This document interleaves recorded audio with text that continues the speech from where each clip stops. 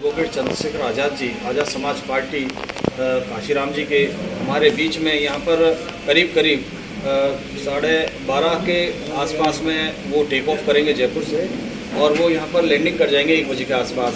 वहाँ से उन्हें लेकर के हम कार्यस्थल पर, सभा स्थल पर उनको लेके आएंगे, और सभा स्थल पर हमारे आमजन के बीच में वो हमारे आमजन की जो मुद्दों की बात है, सामाजिक न्याय सम्मेलन के हमारे मुद्दे हैं, उन सब पर वो बातें करेंगे।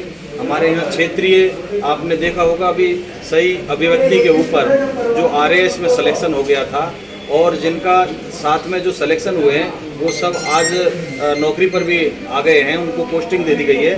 लेकिन उनमें से हमारे पृथ्वीराज बैरवा जी है, व्याख्याता पद पर थे, RAS फाइट किए हुए थे, मैन कर लिया था, इंटरव्यू पास हो गए थे, उनको सही अभिव्यक्ति के लेकर के भी उनको टर्मिनेट कर दिया गया। ये भी हमारा एक मुद्दा होगा। डॉक्टर रमेश बैरवा जी है, उनको APO कर दिया गया है। इसी प्रकार से ये भी हमारा एक मुद्दा होगा। बाकी हमारे माननीय प्रभारी जी ने आपको सारी जो डिटेल है हमारे सामाजिक न्याय सम्मेलन की वो आपको बताई है। और भी हमारे स्थानीय मुद्दे हैं जो हम आपको सम्मेलन के जो सभा है उसमें हमारे माननीय राष्ट्रीय अध्यक्ष जी अपने संबोधन में हमारे जनता के बीच में रखेंगे। अच्छा, आज़ाद पार्टी का राजनीतिक उद्देश्य क्या रहेगा आने वाले विधानसभा चुनाव में?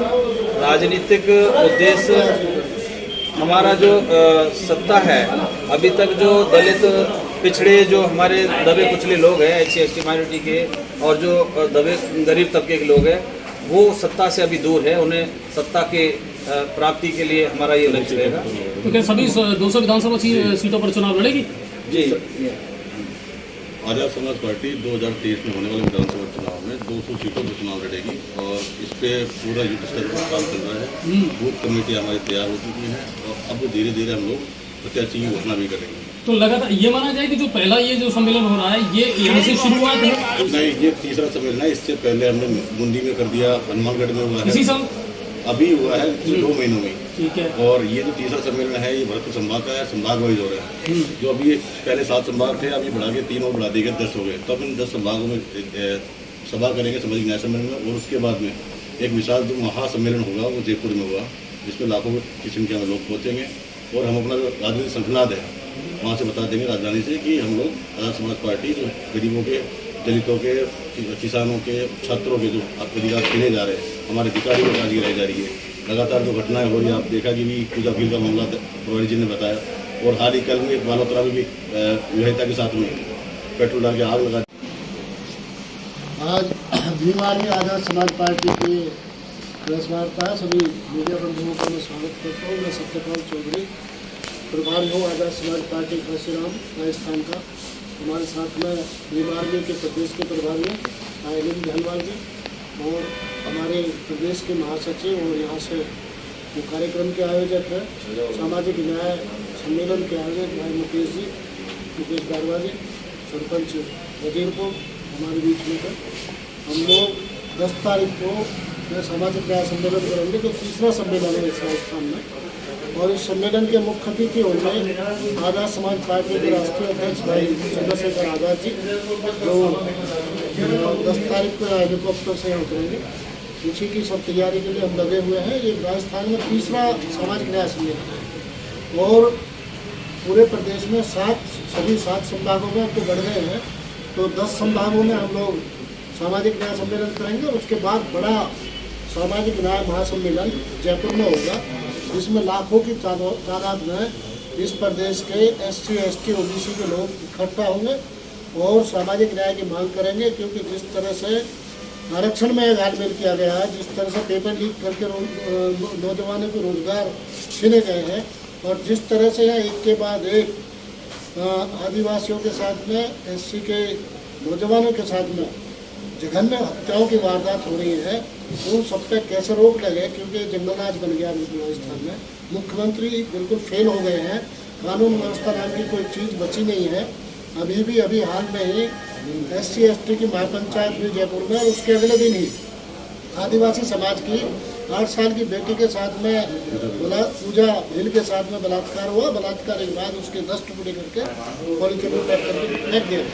इससे पहले अभी नासिक जो है जुनैद का घर से अपहरण करके और उन्हें जिंदा जला दिया गया। जितेंद्र मेघवाल की, इंदर मेघवाल की, कार्तिक मीर की, ये सब घटनाएं, ओम प्रकाश रैगर की, ये तमाम जघन्य वारदात यहाँ हुई हैं और मुख्यमंत्री जी और कांग्रेस की सरकार, भारतीय जनता पार्टी का मौन समर्थन रहता है इन घटनाओं का और कांग्रेस की सरकार उन पर कोई संज्ञान नहीं लेती। एक तरफ उदयपुर में घटना होती है सिरोही में, तो वहाँ टेलर को, धर्मपाल टेलर को 50-50 लाख रुपए का मुआवजा, तो सरकारी नौकरी, मुख्यमंत्री उनके आवास पर जाके खुद देते हैं। और दूसरी तरफ हमारे जो SC/ST के लोग हैं, आदिवासी हैं, वो माइनॉरिटी के लोग हैं, वो अपने यहाँ तरसते हैं कि मुख्यमंत्री के 2 शब्द भी उनके मुंह से निकल जाए संवेदना के।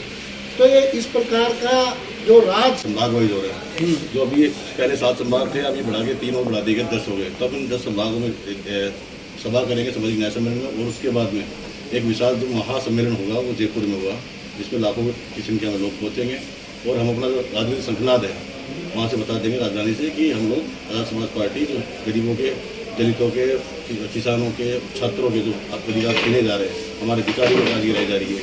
लगातार जो घटनाएं हो रही है, आप देखा कि भी पूजा फील का मामला प्रभारी जी ने बताया और हाल ही कल में बालोतरा में भी विवाहिता के साथ में पेट्रोल डाल के आग लगा दी गई, उसका दुष्कर्म किया गया।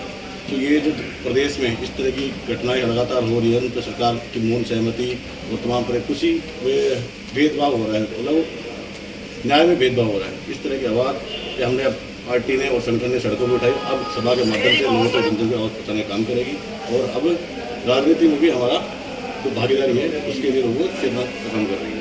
तो 10 तारीख को किसान सम्मेलन होने वाला है और उसी के लिए लेकर के आप लोगों ने मुकेश जी, जैसे यहाँ से जो चंद्रशेखर जी आएंगे, हेलीपैड से उनको पैदल रूट रहेगा या वाहनों के जरिए? नहीं, वाहनों में, वाहन से उनको हेलीपैड से वाहन में बिठा सुरक्षा का कर, सवाल रहता है। हाँ, वो सुरक्षा की वजह से हम उनको व्यवस्था बनाए रखने के लिए वाहन में बिठा करके सभा स्थल तक ले। अच्छा, कितने लोगों आम की सभा रखी गई है? गैदरिंग का अनुमान हम नहीं लगा सकते, क्योंकि भाई जो चंद्रशेखर आज़ाद है, ये आमजन की, गरीब लोगों की, दबे कुचले लोगों की आवाज़ है। इनके आने मात्र की सूचना से आपने अभी कई जगह पर देखा होगा, आपके SC/ST महापंचायत में भाई नहीं आए थे, लेकिन उनके नाम पर वहाँ लाखों लोग इकट्ठे हुए। भोपाल में शायद इंडिया का सबसे बड़ा वहाँ पर आपने सम्मेलन देखा था। इसी प्रकार के हमारे जो और भी सम्मेलन हुए हैं, सामाजिक न्याय सम्मेलन, उनमें काफ़ी सारी मात्रा में हमारे लोग इकट्ठे हुए हैं। इसमें भी उम्मीद है काफ़ी संख्या में उन्हें सुनने के लिए लोग आएंगे।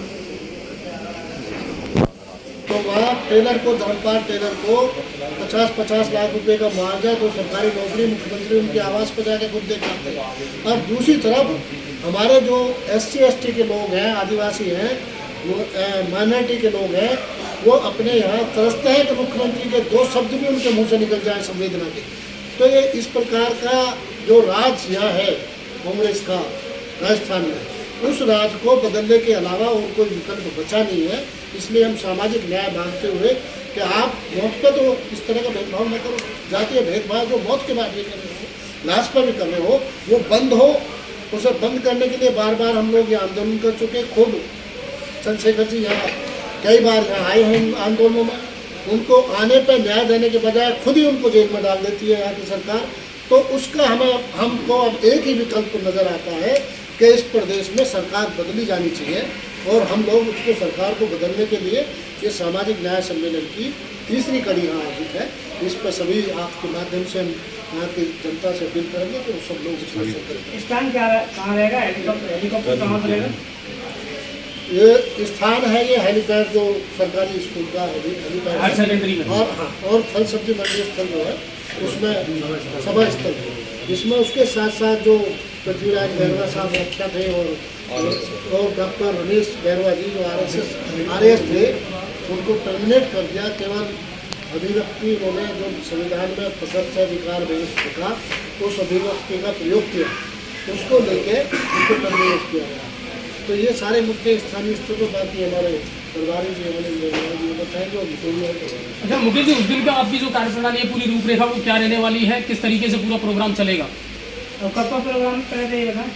ये 10 अप्रैल 2023 को सोमवार